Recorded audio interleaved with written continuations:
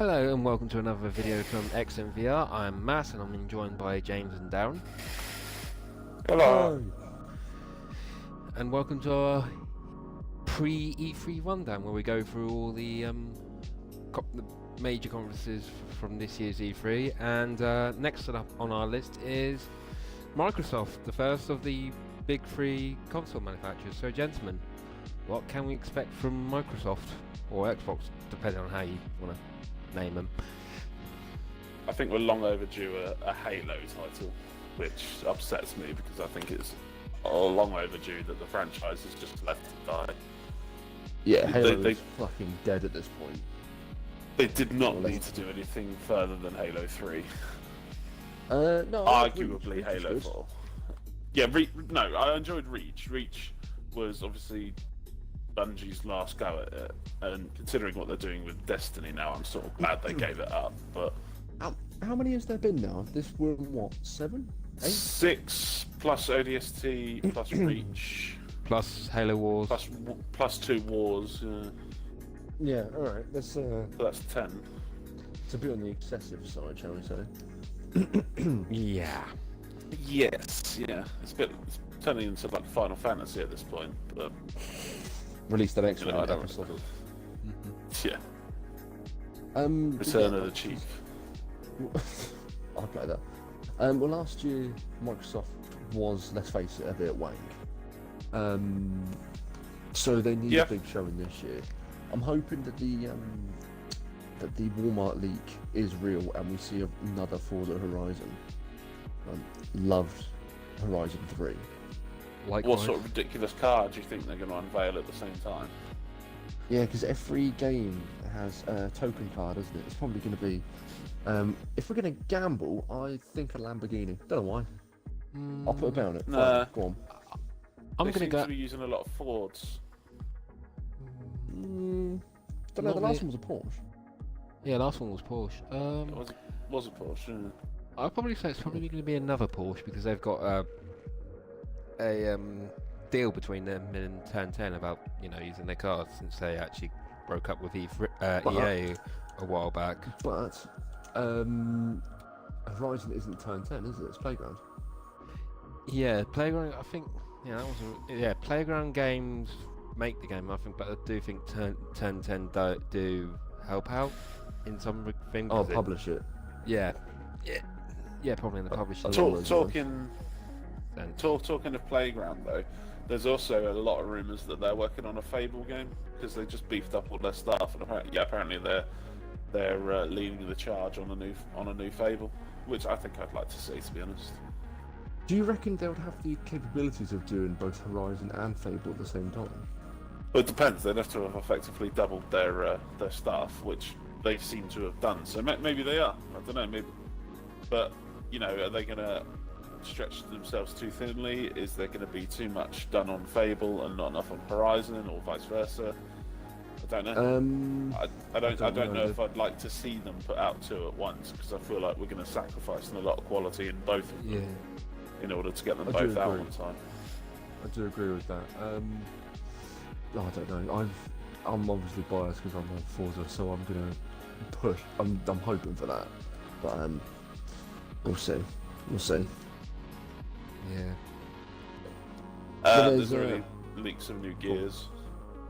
Yeah, I've seen tidbits, including the rumor that there's going to be a Gears movie starring Dave Bautista.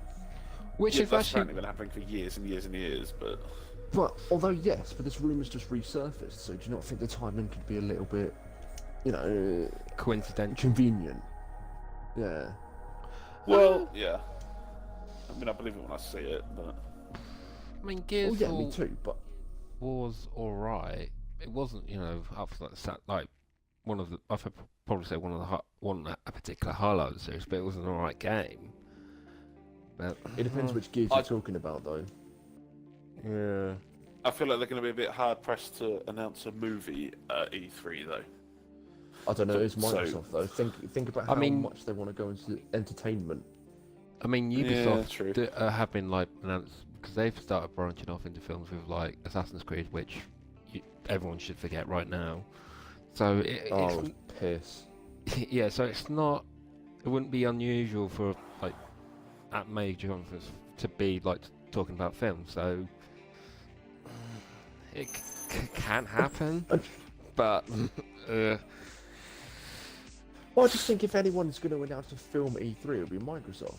I mean, like, was it last year or the year before? They were saying about how they were revolutionising the Xbox and how it, plays as not an entertainment, no, not a console, but an entertainment system. Fucking blah blah blah. Well, this is it. They've always marketed the One as an entertainment hub, and obviously, the fact that you can plug your Skybox or your TiVo into it and get your telly screen with the games and shit like that has always been their sort of selling point for the console. And I think they're going to try and sort of reignite that this year. I believe so. Obviously, they've got this partnership with Mixer now, so they're going to start pushing that a lot more. Yeah. I think they'll again, maybe with a few software updates, they'll try and focus on the entertainment again, mainly to try and cover up the fact that they're pretty much bringing just wank games to the table.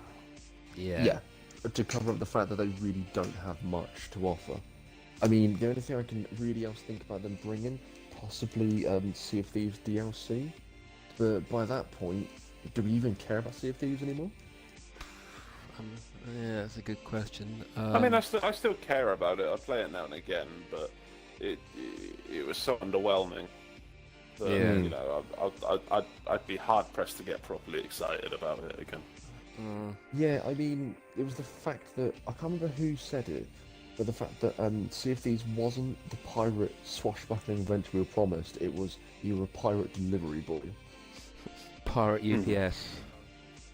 Basically, yeah. No, that's fair. That is effectively what it is. And yeah, I think they'll struggle to get a lot of fans back on side for Sea of Thieves because, as I say, they have disappointed a lot of people with just what the game isn't. Well, yeah, I mean, everyone knows how shit fetch quests are, so how about a game that's just that? Like, what did you think was going to happen? Well, exactly. Yeah. Oh well. Crackdown 3? I mean, yeah. Crackdown 3, there's a large chance we'll probably see more of that actual gameplay. Can't wait for them to announce the Terry Crews delays edition. again. Mate, I mean, like Terry Crews, and I like the fact that he's in the game. So, yeah, it's win-win for me. I'm also Yeah. a fan, but I still think celebrity cameos in games or announcements screams desperation or Yeah, but it's not- Distraction. He's not just cameoing in a game, though, is he? He's voicing one of the main characters. So I've said it before. It's that it's not so much that he's just like been paid to play the game and pretend to enjoy it, like Sony have been guilty of doing in the past, and even Microsoft have been guilty of doing in the past. But he's in the game. It's a project for him. He's promoting it like he would a film. Although I agree, I can't think of any other, like, let's say big name actors who go to games, because there is still a taboo over game voice acting. I mean, slightly off track from what I was saying. David Cage had a thing, I think, like, not Beyond Two Souls. They had Ellen Page and William Dafoe in their game. Yeah, but the game was shit, so it's different. Yeah. So. Nathan Fillion was in Halo. And he's in Destiny. I did forget that. I forgot Nathan Fillion. Peter Dinklage was in Destiny. Was he? I thought he was edited out. He was edited out, yeah, and then it was not enough. But Bill Nye was in there. Was it Bill Nye? He played the speaker as well. So, there's a lot of celebrities in games. And I think the taboo is sort of lifting now that games are becoming a much more popular format for, I say storytelling, but as we've spoken about in other streams, storytelling is a dying art in video games with fucking Call of Duty and its bullshit no story mode and stuff like that. And so, storytelling is a dying art in video games, but when they do it well. And celebrities lending their voices to that is, it's fantastic. Especially the whole games as a service now, which I still hate. I hate it every time I hear it. Yeah, no, fuck that. Speaking of celebrities and video games, again, there was just obviously Detroit Become Human has just come out. And Jesse Williams also had the guy from in Redemption. I can't remember what his name was. Yeah, Can I? he was in that as well. He's exactly a lot of hope for it as well. I think that's where it's sort of different because there's a lot of sort of motion capture now. They just model these pieces, so you can still see that the actor. You've got people like Norman Reedus, obviously going to be in Stranded, he was going to be in Silent Hills. You can clearly see that it was Reedus. It was modeled on him. He's voicing it, and he's effectively in the film. Right, I think the last time we saw it must have been LA Noire, where we saw people's likeness. But the problem is they scanned the face, but they didn't scan the body. So you would have been like, oh, it's the bloke from Heroes, but then his body was really flat and weird looking. But it's the same with Beyond Two Souls, because there was a lot of controversy about Beyond Two Souls, because there was obviously a shower scene, and Ellen Page didn't have her body photographed effectively for it. And there was a lot of controversy about that, and I know that I think there was a lawsuit as well. So there was a lot of controversy in that about just not portraying likenesses properly. So I think in recent years there's been a lot of gains in that, and I think it's gotten a lot better recently. I do. You've so convinced me. I think we'll see a lot more celebrities in video games as films are becoming less and less popular, and it's because people want a level of interactivity, and you just don't get that in film. I think you'll see more and more sort of games. I think storytelling in games is going to rise again, and it'll be better than ever before, especially with more immersion with VR and things like that. It's why horror games are more effective than horror films for me. Because with horror films, you don't look at the screen; the story continues. With horror games, you hide in a cupboard, you ain't going anywhere. No, exactly. And it's games like Detroit Become Human and games like Beyond Two Souls and Fahrenheit Indigo Prophecy that are. I mean, none of these are for Microsoft, so I don't know why we're still talking about it on a Microsoft stream. But, you're just listing your love for David Cage. Well, basically, But they're all heavily story-driven games, and you are very much just along for the ride, and there's a few quick-time events every now and again. And I think you only really start to see these sort of games in recent years, and I think there's going to be a massive rise in that sort of game. Well, there was what was it? Quantum Break. No, was that Quantum Break? Quantum Break. Yeah, had, Quantum Break. with Remedy. one guy from X-Men, and the other guy was Littlefinger. From Game of Thrones. Aidan Gillen. Hail is a ladder. But yeah, that was a weirdly received game because felt like it was a TV show and the game was in the way of the TV show. Yeah, the game bit was alright. It was just the TV bit was a bit like, okay, why? Yeah, I wasn't that keen on it. I played it for a while and wasn't keen. But moving on, That's right. most likely see updates from We Happy Few because that's been floating around for a while. Yeah, that's been in the preview. I think they're going to try and push Game Pass a lot more as well. Also, I think we'll see a couple of sort of day one thing, because obviously they had the trilogy of games that they were pushing.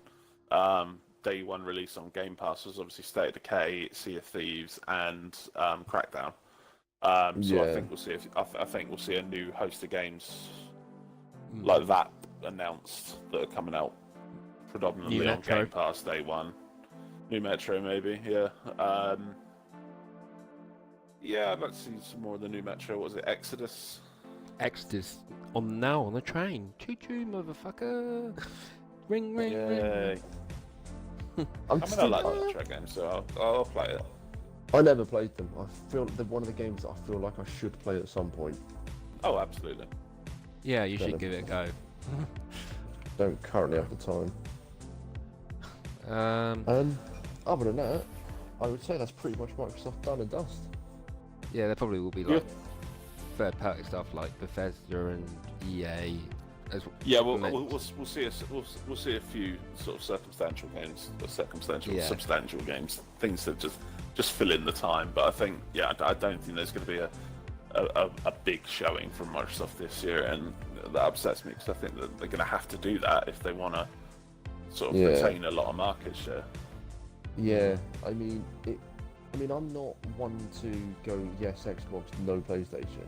I own an Xbox, I don't own a PlayStation, but I would like to see a better showing, especially than last year, because last year was, I mean, I don't work for Microsoft, but on the side of a consumer, it was embarrassing.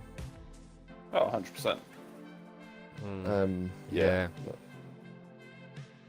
oh well. Well, yeah. Yeah, time will tell. I think we can still talk in that one. Indeed. Right. But yeah, if you like this video, hit us with a like and a share and a subscribe. Share it with all your friends. Share it with the people you don't even like. So people don't even know. But yeah, don't forget to visit the website at xnvr.co.uk. Visit all the social media gubbins at XNVR Official. I've been Darren, and I've been joined by Matt and James. Why did you sing my name? Not a clue. See you in the next one.